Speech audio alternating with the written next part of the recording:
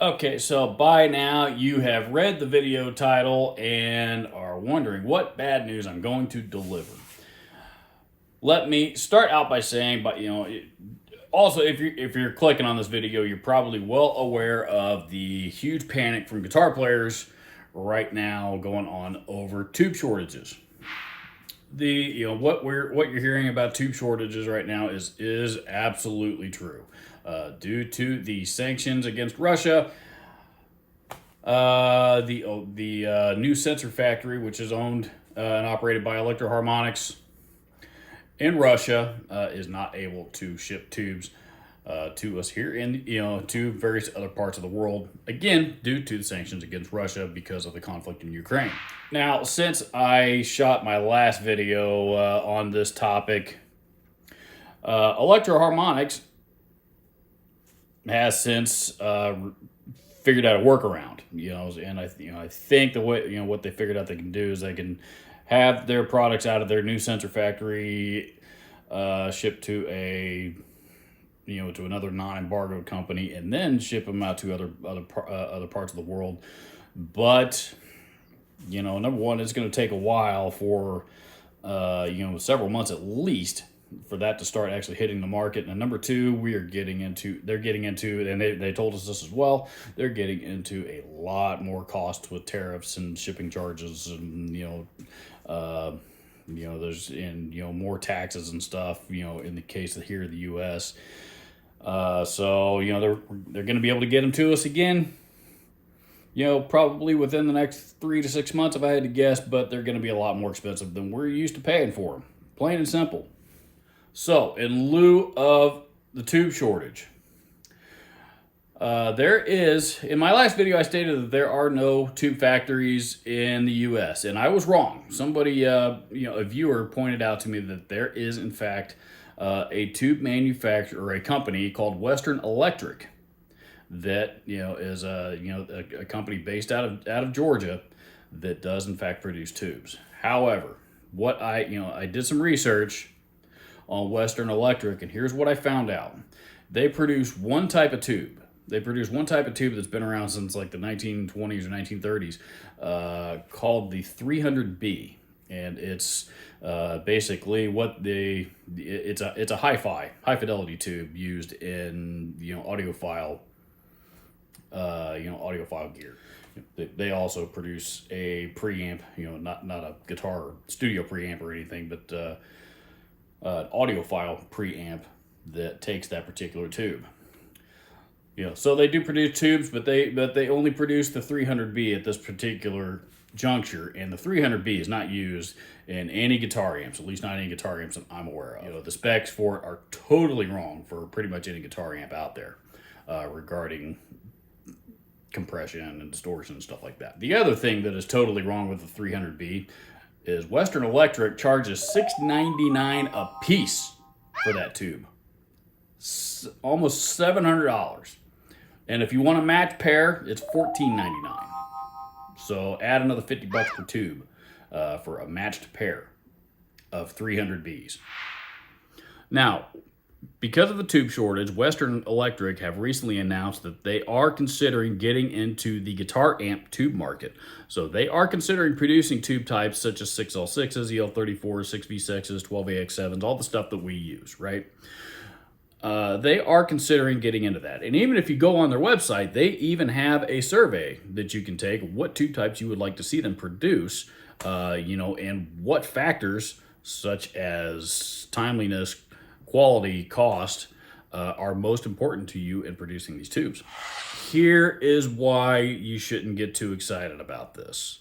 Even if they do start producing tubes for guitar amplifiers, there's a couple of things that are going to hinder this. Number one is American labor costs. I know the Buy America.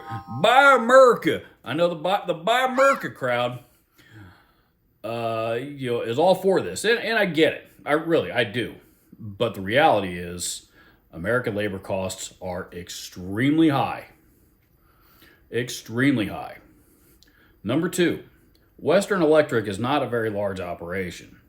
They do have a factory, but again, producing tubes is not their primary is not the primary thing that they produce. You know, their primary things that they produce are audiophile equipment nowadays. You know, so basically, they produce really high-end stereo equipment. That's what they do. That's what they do. In order for them to get into the guitar amp tube market, they are going to need to, one, ramp up production. And even if they are able to do that, and I think that, you know, because producing tubes is fairly harmful to the environment, I think that's why they're able to get away with just producing 300 Bs that they need for, you know, for their own stereo preamps.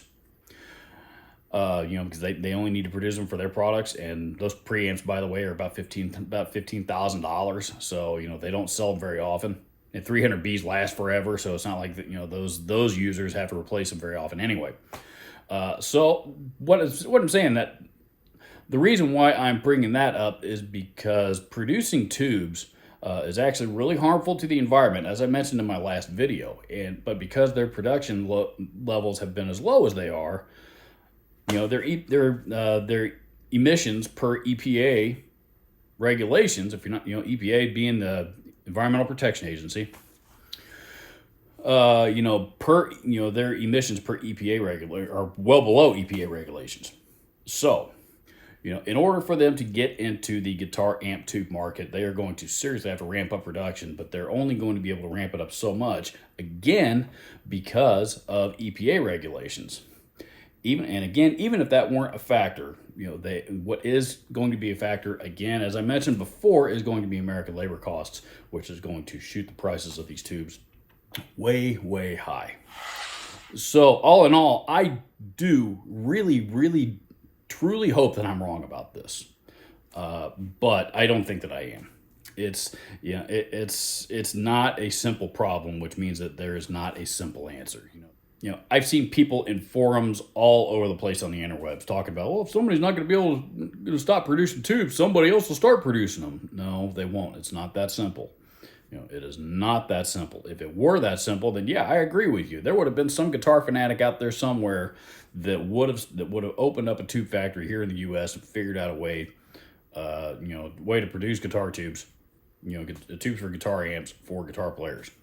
And they probably would have done it a long time ago. But, you know, I think the biggest, reasons I just mentioned are biggest factors why that hasn't happened yet.